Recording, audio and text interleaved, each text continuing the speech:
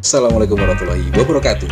Bertemu lagi dengan saya dan selamat untuk para penonton otomotif yang baru hadir.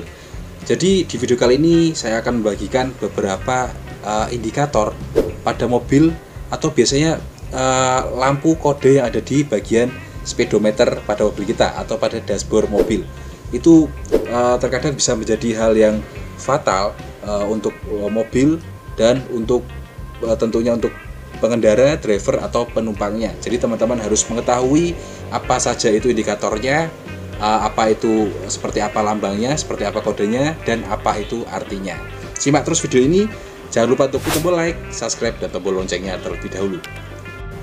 Jadi apa sebenarnya warning display ya, atau multi information display, tanda-tanda yang ada di dashboard kita nih, yang bagian depan. Itu adalah merupakan salah satu komponen mobil yang sangat penting atau pantang sekali untuk teman-teman abaikan, dimana di dalamnya itu terdapat banyak sekali lampu indikator yang memiliki arti yang banyak atau artinya itu macam-macam. Jadi teman-teman harus mengetahui satu persatu lambangnya seperti apa, artinya untuk lambang ini itu bagaimana. Dan meski begitu saya masih banyak memperhatikan teman-teman yang mau beli mobil atau sudah punya mobil atau yang akan membeli mobil itu masih mengabaikan ya, belum paham betul apa arti dari lambang-lambang indikator pada dashboard mobil yang ada di depan itu ya. Kita lanjut ke fungsi lampu indikator itu sendiri. Jadi untuk lampu indikator mobil itu berfungsi memberikan berbagai petunjuk atau berbagai informasi sekaligus untuk peringatan kepada pengendara atau untuk pemilik mobilnya atau untuk sang drivernya terkait dengan kondisi kendaraan, baik saat mesin menyala maupun saat mesin itu sedang off atau mobil sedang berhenti ya. Dengan kata lain, lampu indikator juga membantu untuk mengetahui kapan waktu yang tepat untuk mengetahui mengganti komponen atau part-part yang ada di mobil, maupun itu rusak atau sudah waktunya akan ganti ya, seperti oli, part-part lain seperti aki, air radiator, dan lain-lain. Kita mulai dari kode indikator yang pertama ya, atau indikator yang paling bahaya atau paling rawan untuk harus kita ketahui, yakni seperti gambar yang ada di samping ini. Ini adalah indikator check engine. Indikator ini biasanya menandakan bahwa terdapat masalah pada mobil atau bagian mesin atau bagian kelistrikan. Umumnya indikator check engine ini terjadi ketika beberapa komponen yang mempengaruhi mesin mengalami kerusakan. Perihal yang cukup fatal ya, seperti ada kelistrikan yang mungkin mempengaruhi performa dari mobil itu, atau mobilnya ada bagian part yang kotor sehingga bisa mempengaruhi kinerja atau performa dari mobil itu sendiri.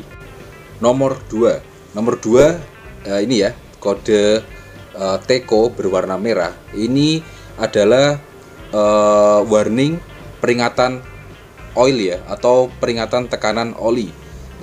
Kode ini menandakan bahwa kurangnya pelumasan oli atau kurangnya oli pada mobil kita, pada mesin, atau kondisi oli yang sudah tidak layak digunakan. Jika indikator ini menyala, pastikan kamu atau teman-teman sahabat otomotif segera mengganti oli mesin atau mobil atau oli mobilnya ya.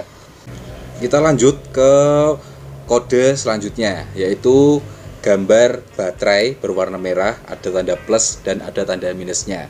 Ini adalah tanda aki atau kelistrikan, sumber kelistrikan pada mobil kita. Ini adalah peringatan aki. Jadi simbol ini memberitahukan pengemudi atau pemilik mobil bahwa aki mobil itu sudah putus atau sudah mulai soak ya, ibaratnya soak, atau sudah low elektrik, atau kabel-kabelnya mengalami konsleting. Nah, ini bisa disebabkan banyak sebab ya, seperti contohnya ada tikus yang masuk ke dalam mobil tanpa kita sadari atau tidak sengaja. Mereka menggerogoti kabel-kabel itu ya, kabel kelistrikan yang itu sebenarnya sangat fatal.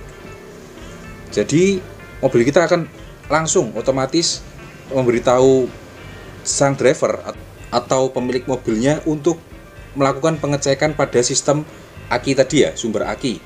Seperti mungkin airnya yang sudah kurang untuk segera diisi, atau akinya sendiri yang sudah daya penyimpanannya itu sudah low, jadi sudah tidak bisa menampung listrik yang seharusnya dia simpan, yang dia saat mesin menyala di charger kan harusnya dia dapat menampung, tapi sudah tidak dapat menampung dengan maksimal. Jadi itu namanya akinya yang sudah soak.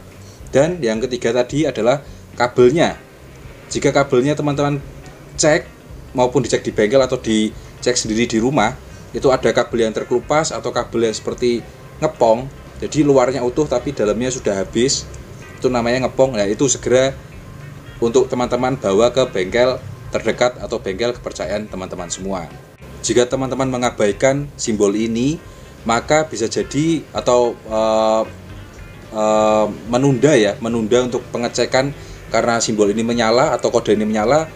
Bisa jadi ketika teman-teman bawa mobil itu jalan, ketika di jalan mobilnya bisa mati sendiri, atau ketika teman-teman sedang sampai tujuan dan parkir ingin menyalakan mobilnya kembali, itu sudah tidak bisa karena sistem kelistrikan atau sumber untuk menghidupkan mobil itu sudah mengalami kerusakan atau error ya. Jadi bisa menyebabkan kesusahan sendiri seperti itu. Hasilnya starternya tidak bisa.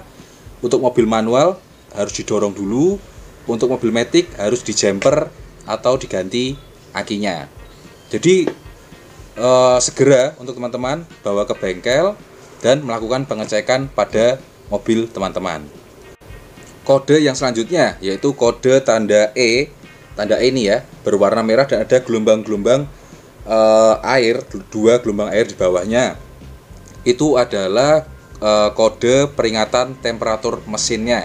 Jadi mesinnya mungkin panas atau ada mengalami sesuatu yang itu tidak normal ya, tidak normal pada mobil. Jadi tanda ini artinya menandakan bahwa suhu mesin pada mobil kita telah mencapai batas normal. Jadi sudah di atas batas normal. Jika lampu indikator ini menyala, pastikan kamu cek komponen pendingin mobil dari coolant, radiator, dan baik itu kipas radiator sendiri. Biasanya karena sensor panasnya itu sudah mulai umur atau sudah aus, jadi dia tidak bisa membuka secara maksimal dan menutup secara maksimal juga.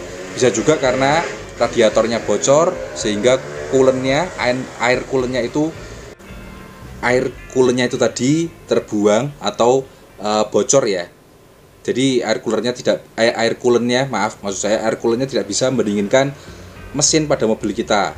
Jadi itu bisa menjadi hal yang fatal juga, karena ketika air coolant itu kurang pada batasnya atau radiator yang mungkin bocor dan sudah umur, itu bisa berdampak pada mesin yang memuai atau mesinnya mulet. Jadi bukan mulet rambut ya, itu mulet pada mesin, itu mengalami perubahan ukuran yang seharusnya ukurannya kecil menjadi besar, atau sebaliknya besar bergeser, jadi bisa mengalami kebocoran kompresi air coolant yang masuk pada ruang pembakaran dan akan menyebabkan low kompresi. Nah, satu hal lagi untuk teman-teman yang membahas radiator atau coolant, beli atau pakailah coolant sesuai dengan anjuran pabriknya ya. Itu biasanya terdapat di buku panduan mobil.